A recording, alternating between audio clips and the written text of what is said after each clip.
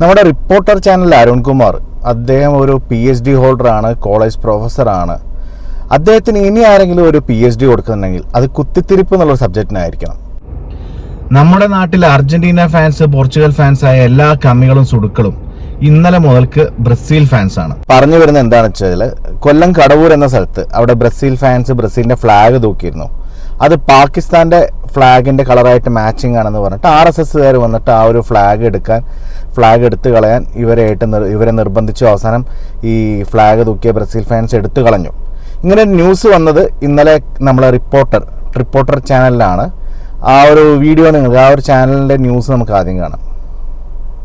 കൊല്ലം കടവൂരിൽ RSSന്റെ ഭീഷണിയെ തുടർന്ന് ബ്രസീലിന്റെ പതാക അഴിപ്പിച്ചുവെന്നും പരാതി.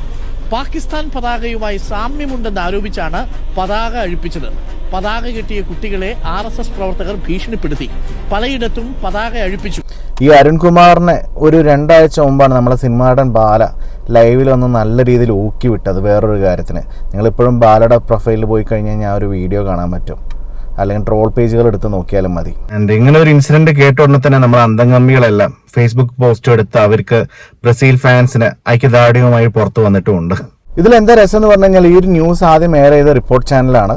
അതുകൂടാതെ അത് ഏറ്റുപിടിച്ച് എയർ ചെയ്തത് അതിൻ്റെ ഡീപ്പ് റിസർച്ചൊക്കെ നടത്തിയിട്ട് അതിൽ കൂടുതൽ റിസർച്ച് ചെയ്ത് ആ ഒരു വീഡിയോ വൈറലാക്കിയത് നമ്മളെ സഖാക്കന്മാരെ സ്വന്തം ചാനലായ കൈരളി ചാനൽ മാത്രമാണ്. ഈ 2 ചാനലല്ലാണ്ട് മറ്റു മെയിൻ ചാനലുകളിലൊന്നും ഈ ഒരു ന്യൂസ് വന്നിട്ടുള്ളതാണ് ഇതിൻ്റെ വേറൊരു വാസ്തവം. ഇനിയിപ്പോൾ ഈ ബ്രസീൽ ഫാൻസ് എന്ന് പറയുന്ന ആൾക്കാർ, അവർക്ക് എന്താണ് ഈ ഒരു സംഭവം പറയാനുള്ളത് നമുക്കൊന്ന് കേൾക്കാം. കാരണം അവരെ ഫ്ലാഗ് ആണ് എടുത്തു കളഞ്ഞത്, അവരെയാണ് ഈ RSSകാരെ നിർബന്ധിച്ചിട്ട് ഫ്ലാഗ് എടുത്തു കളഞ്ഞു എന്നുള്ളൊരു ആരോപണം വന്നിരിക്കുന്നത്. സോ അവരുടെ മറുപടി എന്താ നമുക്ക് നോക്കാം. ഞങ്ങൾ രാവിലെ ഒരു വീഡിയോ ചെയ്തായിരുന്നു. അത് ഞങ്ങള് ഉപദേശക സമിതിയോ RSSകാരോ അവരാരും പങ്കെടുത്ത് ചെയ്തതല്ല. ഞങ്ങളിത് പോലീസുകാരെ ഒന്ന് അഴിക്കാൻ പറഞ്ഞ് അതാണ് അവർ ആ മീഡിയക്കാരോട് പറഞ്ഞത്. ഇത് ഞങ്ങൾക്ക് ഞങ്ങൾ അറിയാത്ത കാര്യമാണ് ഇപ്പൊ അടിച്ച് ഇറക്കിയേക്കുന്നത്. നമ്മള് ആ പോലീസുകാർ വന്ന് നമ്മളെ കൊണ്ട് കൊടിയടിപ്പിച്ച കാര്യമാണ് നമ്മൾ ഉദ്ദേശിച്ചത് ആ വീഡിയോയിലൂടെ. അവരത് വളച്ചൊടിച്ച് അത് പാർട്ടിക്കാരായിട്ടുള്ള പ്രശ്നമാക്കി മാറ്റിയേക്കാണ്.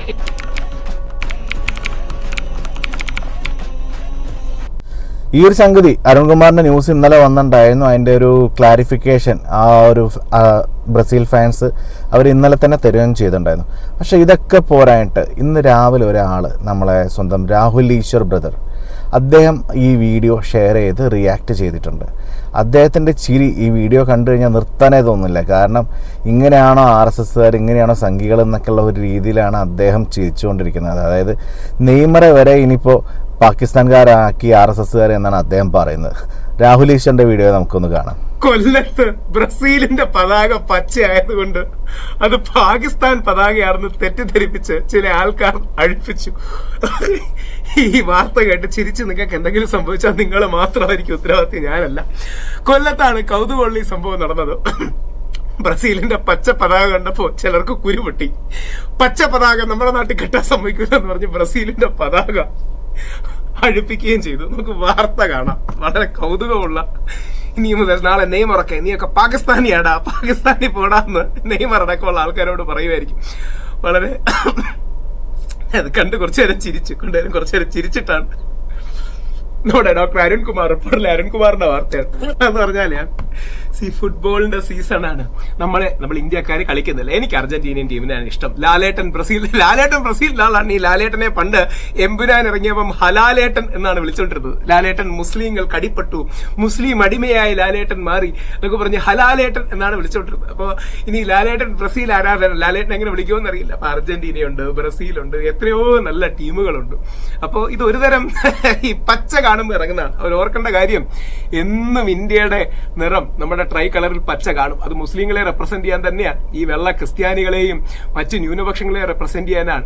ഒരു 10 സെക്കൻഡ് അല്ലെങ്കിൽ ഒരു 30 സെക്കൻഡ് തരുമെന്ന് പറഞ്ഞിട്ട് ന്യൂസ് ചാനലിലെല്ലാം പ്രൈം ടൈം ഡിബേറ്റിൽ വന്നിരിക്കുന്ന രാഹുൽ ഈശ്വറിന് ഈ ഒരു കാര്യത്തിൽ അധികം റിസർച്ച് ചെയ്യേണ്ടി വരുന്നില്ല തോന്നുന്നുണ്ട്. അതുകൊണ്ട് മാത്രമാണ് അദ്ദേഹം റിപ്പോർട്ടർ ചാനലിന്റെ ആ ന്യൂസ് അങ്ങനെ കോപ്പി പേസ്റ്റ് ചെയ്ത് വീഡിയോ വ്ളോഗാക്കി ചിരിച്ചുകൊണ്ടിരിക്കുന്നത്. ദേവസ്വം വകുപ്പിൻ്റെ സ്ഥലത്താണ് ഈ ഒരു ഫ്ലാഗ് കെട്ടിയിട്ടുണ്ടായിരുന്നത്. ഓൾറെഡി അതിലൊരു ഓർഡർ ഉണ്ട്. ദേവസ്വം വകുപ്പിൻ്റെ സ്ഥലത്ത് മത സാംസ്കാരിക സംഘടനകളിലെ ഫ്ലെക്സ് അതുപോലത്തെ കൊടിതോരണങ്ങൾ അങ്ങനത്തെ ഒന്നും പാടില്ല എന്നുള്ളത്. ആ ഒരു കാര്യം കൊണ്ടായിരിക്കാം അമ്പലത്തിലത്തെ ആൾക്കാർ, ആ ദേവസ്വം അമ്പലത്തിലത്തെ ആൾക്കാർ കംപ്ലൈൻറ്റ് കൊടുത്തതും പോലീസ് വന്നിട്ട് ഇവരെ കൊണ്ട് ഫ്ലാഗ് കഴിപ്പിച്ചു. പക്ഷേ അത് അപ്പോഴേക്കും കാവ്യവൽക്കരണമായി, RSS അജണ്ടയായി.